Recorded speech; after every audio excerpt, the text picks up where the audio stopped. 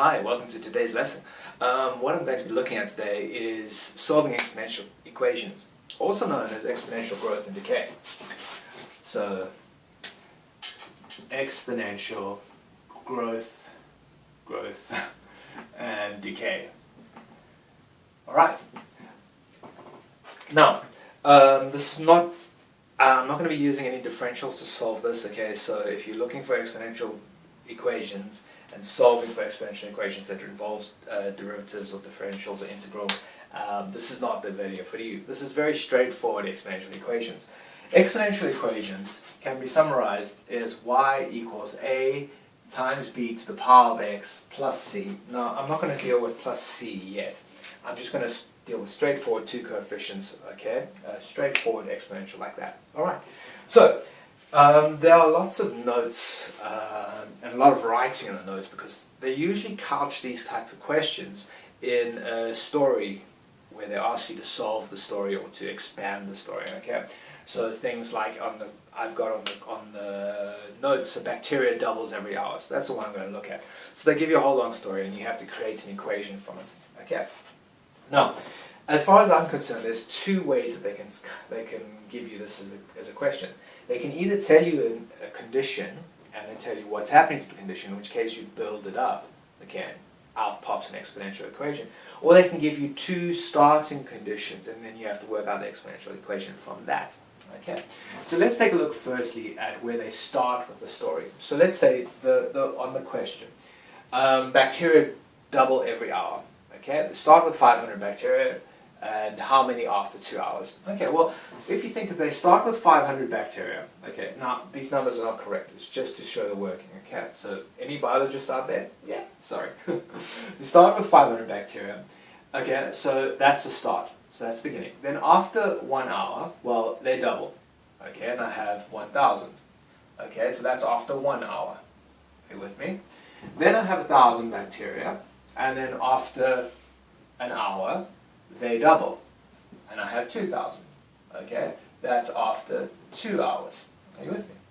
But hang on a second, if I said, okay, well, how do I change 500 to 2,000 in an hour? Well, let's write 1,000 as 500.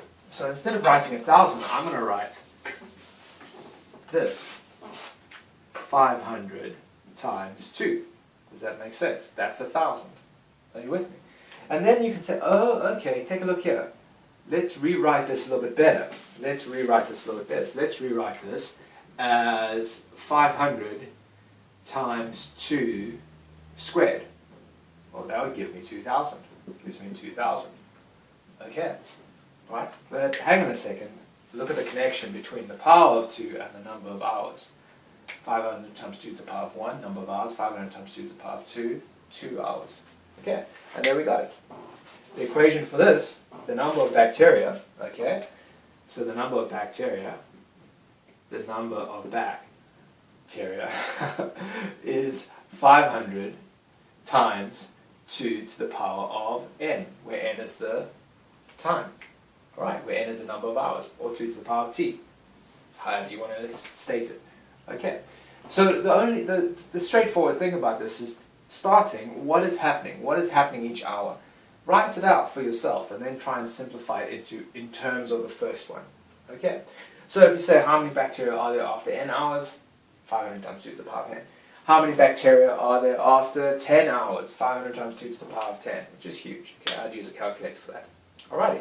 And also, this I would consider as exponential growth. Growth because the thing that I've got here, the power that I've got here, is greater than 1. Bigger than 1.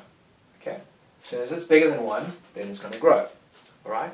As soon as it's less than 1. Now when I say less than 1, I don't mean negatives. I mean less than 1 as in a fraction.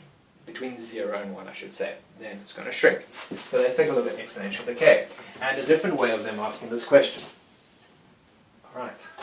So, in the notes, again, I've got a whole long story on that. You can read it. Plutonium decays exponentially. So immediately they told me it decays exponentially.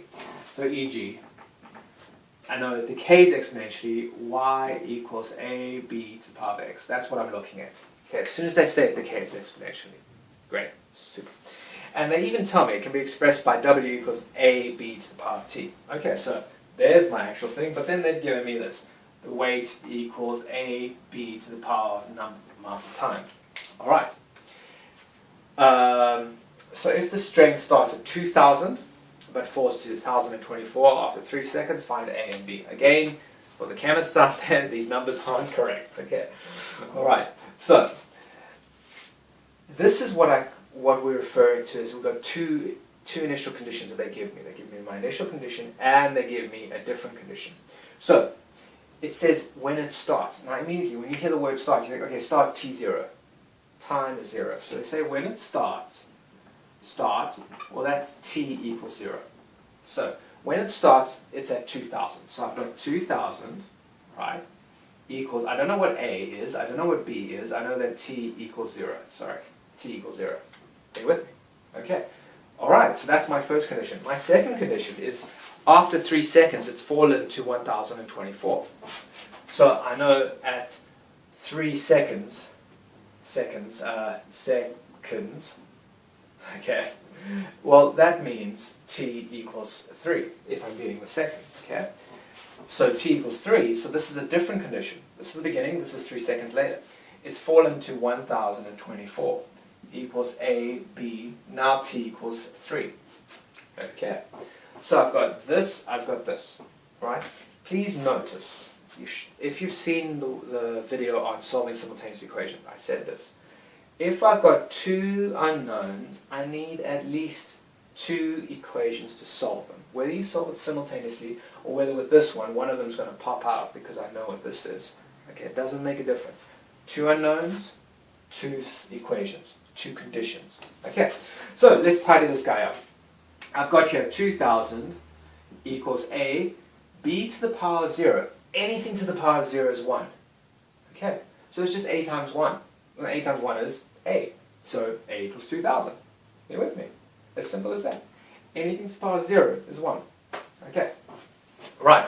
And then on this side, I've got 1,024. 1,024 equals, well, hang on a second. Let's take A from here. We've just found A.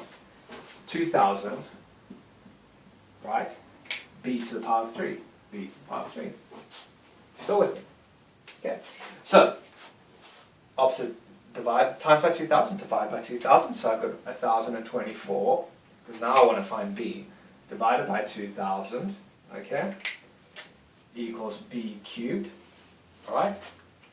Opposite of cubed is cube root. So the cube root of this whole guy, the cube root of 1024 over 2,000 equals B. And if you do this in a calculator, okay, the cube root of that is B equals 4/5.